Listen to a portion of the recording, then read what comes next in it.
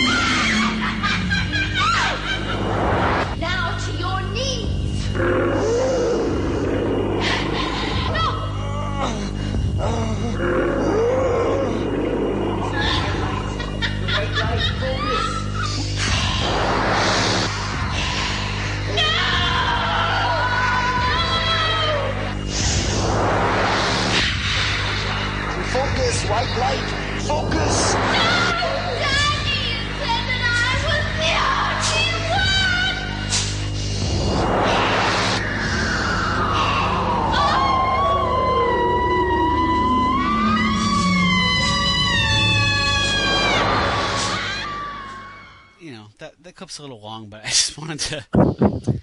It's basically this film devolves in its climax into Stevie Nicks Wiccanism versus Okay, it is Stevie Nicks. This Eastern Children of Light, and he's even saying like focus on the light or whatever, and they're doing their measured breathing.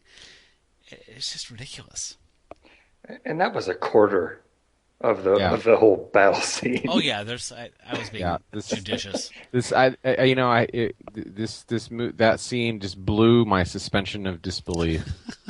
No, it didn't.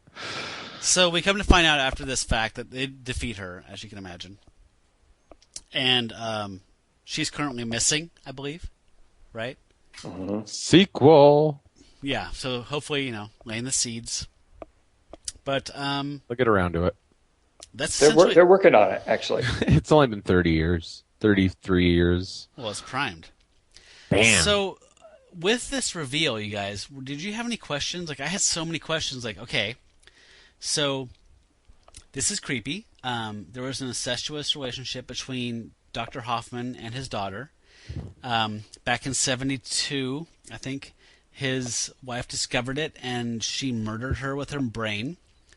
And then her father punished her, so she murdered him with her brain, and then said that they committed suicide.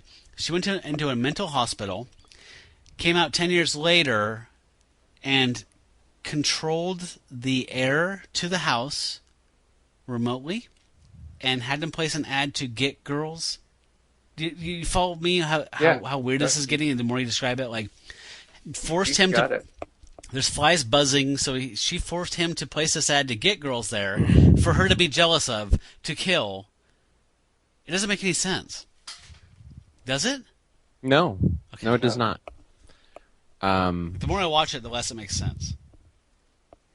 The less I watch it, the less it makes sense. I mean, it doesn't make sense more or less.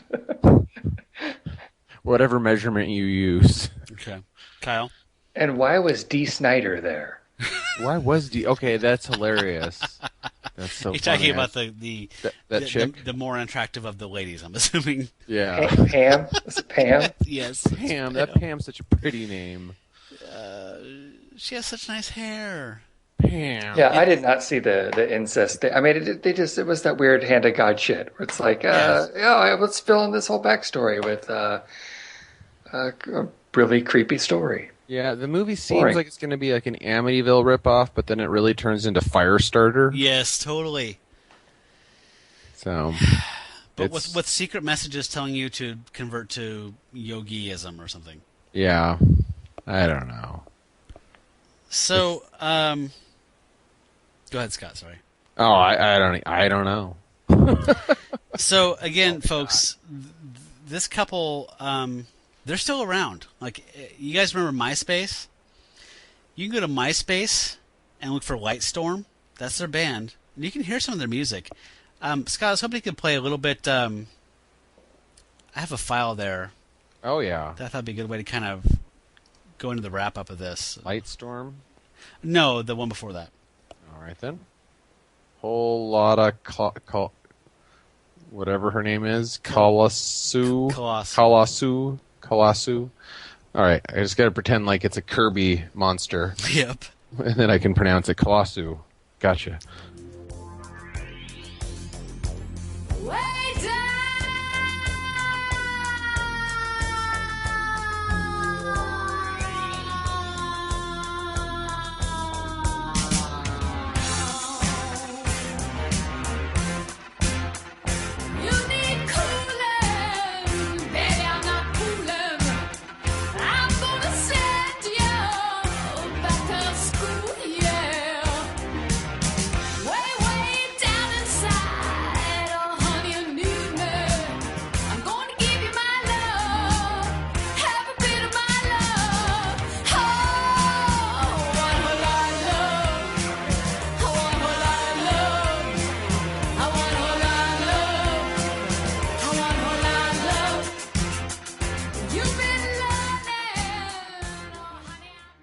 It would have been better if there was an Oompa band. So they have quite a few albums, if you're interested in checking that out. They're happily married still to this day. Are they on iTunes? I would imagine they are. Light Source. Light Storm. Light Light Source would have been better. Yeah. For me anyway. Light Storm. Okay. Light Storm. Is it light? Like it's a light storm? Like, like easy listening? Light Storm. That sounds like something. We're going to have a light storm here tonight, folks. I'm not going to judge. I'm going to let them just let it be. So they have children, and their daughter is into music, and she is also in their same religion and does albums. I think her name's like Shanti. I thought it was Lord. Cal, do you know her name? Is it Shanti Kalassu or something like that? Yeah. Anyway. Shanti? It is Shanti. Yeah. So, yeah, you can check these guys out. So, they're still around. Are they still making movies? No. They moved to Canada. So prior to this film, John Wintergate had worked on a movie that I actually considered programming for this show called Terror on Tour, about a band called the Clowns, and there's some slasher stuff going on while they're on tour. I might end up programming it, but anyway, he's on it, on the crew, and he's in it a little bit. So prior to that, though, there's not a whole lot for these guys. They moved on to music and having a family. They also wrote like 8 books or something. Yeah. I'm sorry, publishing too. Yeah, self-publishing. And they travel all over the world and speak at probably like New Age conferences. Yeah. So what's John Wintergate's? What's his like reborn name? Janasi? Janasu? I forget what it is. Me too. At any rate, I just feel like the human interest story of this film is as interesting as the weirdness of the movie. I agree. So, both uninteresting. Oh, okay. Well, let's move on to that. No, that's fine. That's fine. No, the actual the people who made the movie are more interesting than their characters in the movie. Yeah, for sure. So, Kyle, let's do judgments. Okay. Wait, before you start judging, because I think things, I have a piece of evidence I'd like to present to the court. Okay. We haven't even mentioned that there's lots of boobs in the movie. Not as much as I would have thought. No, but there were some decent boobs. Stevie Nicks' boobs were all right. I was all right with that. Hey. Yeah, she was a penthouse. Yeah, she had that kind of like 1982 penthouse quality to her. No, the gal that played Debbie Hoffman was a penthouse pet. Yeah. Oh, well, that's even better. Oh, that's she looks familiar. Really degrading. That's terrible. A penthouse pet. No, she was a pretty gal. It is terribly degrading. I mean, it's supposed to be, right? She's a great actress too. Great actress. Accent coach. Scott, I bet there's a ton of boobs on the cutting room floor on this one. Me too. Yeah. There was a whole hour of this thing that we didn't even see it. Yeah. The other thing we did talk about was this is 1982, and apparently nobody's like, this is pre like everybody having a VCR at home and knowing like most people, the average person probably hasn't seen very many pornos, and they don't know what they look like when they're having sex. So when they're trying to fake having sex, they don't know exactly what it's supposed to look like, because what they're doing in the movie does not look like sex. I have read online that this is some of the worst simulated sex. So what is going on in that bed? Oh, the bed, yeah. Well, not just that, but just the simulated sex all around. Yeah, the simulated shower sex is also really awkward. Yeah, they're married. Yeah, the married couple, like it's like, have you had sex before? Just do those sort of movements. I'm not even sure how it works logistically for some of the stuff, and the stuff in the bed looks like it reminds me of The Room. Who have read about sex, trying to like dry hump one another. Yeah, some of it reminds me of Tommy Wiseau in The Room, where it's like, your penis would be in her navel right now, right? If it's actually like physically happening. Oh my goodness. So funny. Yeah. So let's judge this thing. Yes. Let's weigh this thing's heart like Egyptian gods of the afterlife. I rest my case. It doesn't matter that there's an hour of this thing that we didn't see. I think it would have been a bigger mess had we learned about all the fucking details and drama in this house, and we would have seen more of the boobs, but it would not have been worth it. This was really hard for me to watch, and sort of like we mentioned earlier, I think that the real people in real life are just way more fascinating than what they did here in this film. I'm going to go with trash on this. All right, Scotterino. When you talk about like that there was an hour of film missing, I hope maybe it could have improved the movie. I'd kind of like to see that hour of film because I'm hoping that maybe it was kind of like Blood Shack and it was an hour of rodeo footage. That would have been a huge improvement. I'm with you, Scott. I can only imagine the stuff that he was forced to cut out. I mean, we saw a scene. That's one thing we didn't mention. It was like the scene that made me want to watch this movie, and that I used as a preview for this movie last week or 2 weeks ago, was an outtake. Well, that's right, the cocaine. Yeah, it should have been an intake because what's there is garbage. It's less than. I actually really thought I was gonna really love this. It's video. It looks terrible. The acting's awful. But oh god, it's not good. It's trash. I give it a trash. Well, guys, we have a three-peat. Basing my knowledge of this, I mean, I'd read about this film. It has a reputation as being the first shot on video / movie with distribution, so I always wanted to see it. It failed to me in the fact of being a slasher, and I don't like gore. You guys know this about me. Like, I don't like gore, but if you're gonna do it right.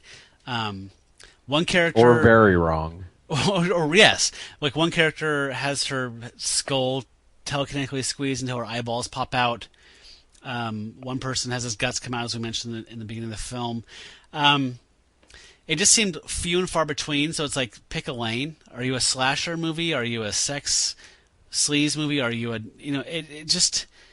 it was this wasted potential for sleaze that it didn't really identify itself. It didn't find itself, in my opinion. I'm hoping to see the long cut someday and just enjoy some more badness, but this just seemed kind of mediocre to me, and I was disappointed with it. Generous, but yeah, I mean, it was disappointing. That excised scene that I sent you guys that made us actually program this for the show was better than everything that we saw in the entire film, in my opinion, as far as badness. Yeah, honestly, I didn't know anything about this movie when you sent me the first clip with the pool party scene, and it's the girls talking, and I didn't really know what the hell was going on. I had no idea what the movie was, and the name Boarding House to me didn't say slasher film, and I didn't really think anything of it other than like this is some weird like exploitation film was what I was expecting, because I literally had no notion of what it was going in, except for that it was shot on video and the act. There's a lot of girls who look like they're from adult films talking. Right. This is so you had no context. Right, and I was excited to watch this really terrible exploitation film. And then it was a slasher film. Isn't the reason that I don't like it? It's because that's the goodness is the badness, and the badness is not enough of that kind of badness. It's just the wrong kind of. It's boring slasher film badness. Yeah. Okay, so we're in agreement. We are. Which isn't important, but it's nice when it happens. Synergy. Yeah, Kyle, go ahead. I was just going to say that the thing that I really dug is that they were pretty open about. They just wanted to get together and have some fun with their friends, so they decided they were going to make this movie and invite their friends over and hang out. And I'm guessing there was a lot of cocaine involved. Mm-hmm. Because nothing says pure light like cocaine. And the meditation face also made me believe that there was some pretty serious cocaine happening. Yeah. So, wait, they were actually friends or what? Or are you saying in the movie? So, no, all of the cast and crew they're all pals. So they're friends with the penthouse pet? All right, then. Yeah. All right. Very good. I'm thinking they had 3 ways with her. That was... when you're pure light, Scott, you can pretty much get away with. Yeah. Oh, right. whatever you want. Light source. You just don't get it here. What the hell's her name? Kalassu? Light source? No, that's Kalassu? not right. Oh, Lightstorm. Lightstorm. Sounds like an easy listening radio program. It does, I know. But they're... You ready for Lightstorm? Okay, so I don't have an antidote. I don't know what to prescribe for this. Season 1 of 8 is enough. See, I thought that the house was possessed. So did I. So I was thinking, actually, you guys, when you were kind of, your question towards the end of this really helped me understand that it wasn't the house at all. It was her, and she was controlling this thing from afar, and that's why the parents were so interested in telekinesis, because their daughter was already, she had it. She was all fucked up, so they were studying her. Or maybe they had like a little bit of it, and then when they got together, they had her. And, Thanks, like Charles Looper. Xavier. Yeah, it's like Looper.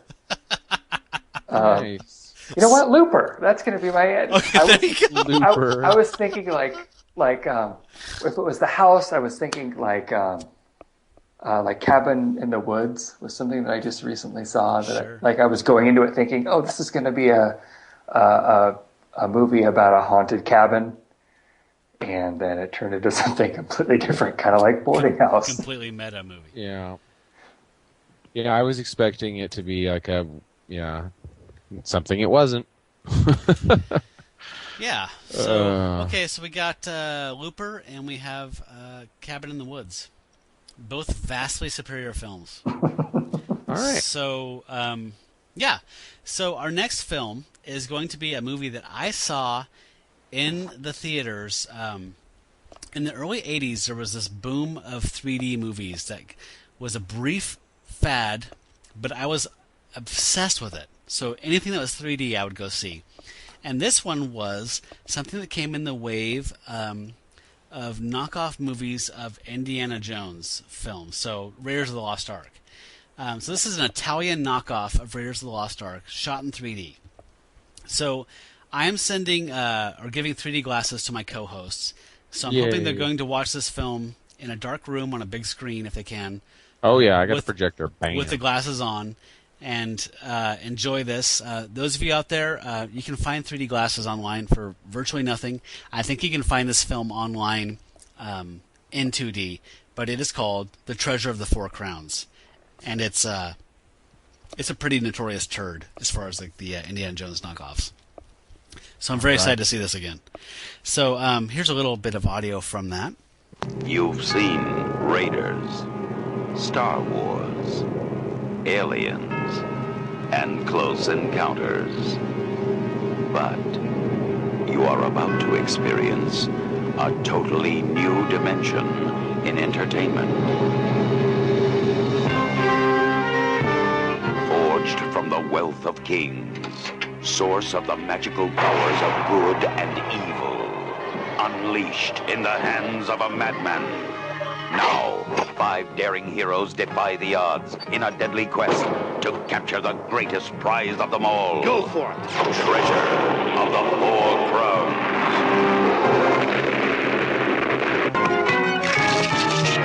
Share the ultimate modern adventure. Treasure of the Four Crowns in Supervision 3D, coming soon from Canon Releasing to blast you out of your seats.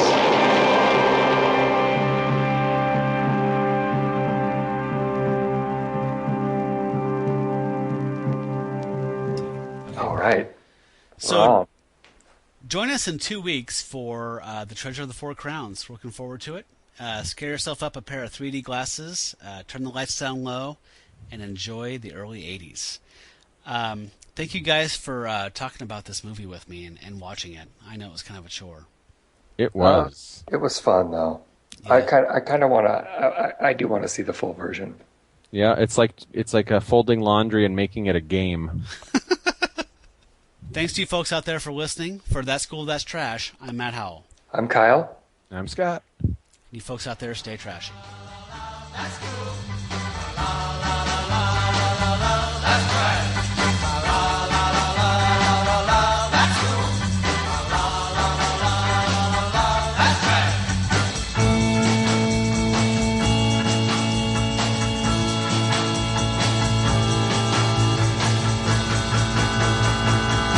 That's trash. That's it's garbage, folks. Nice to meet you. What is this, a harem? No. Shit.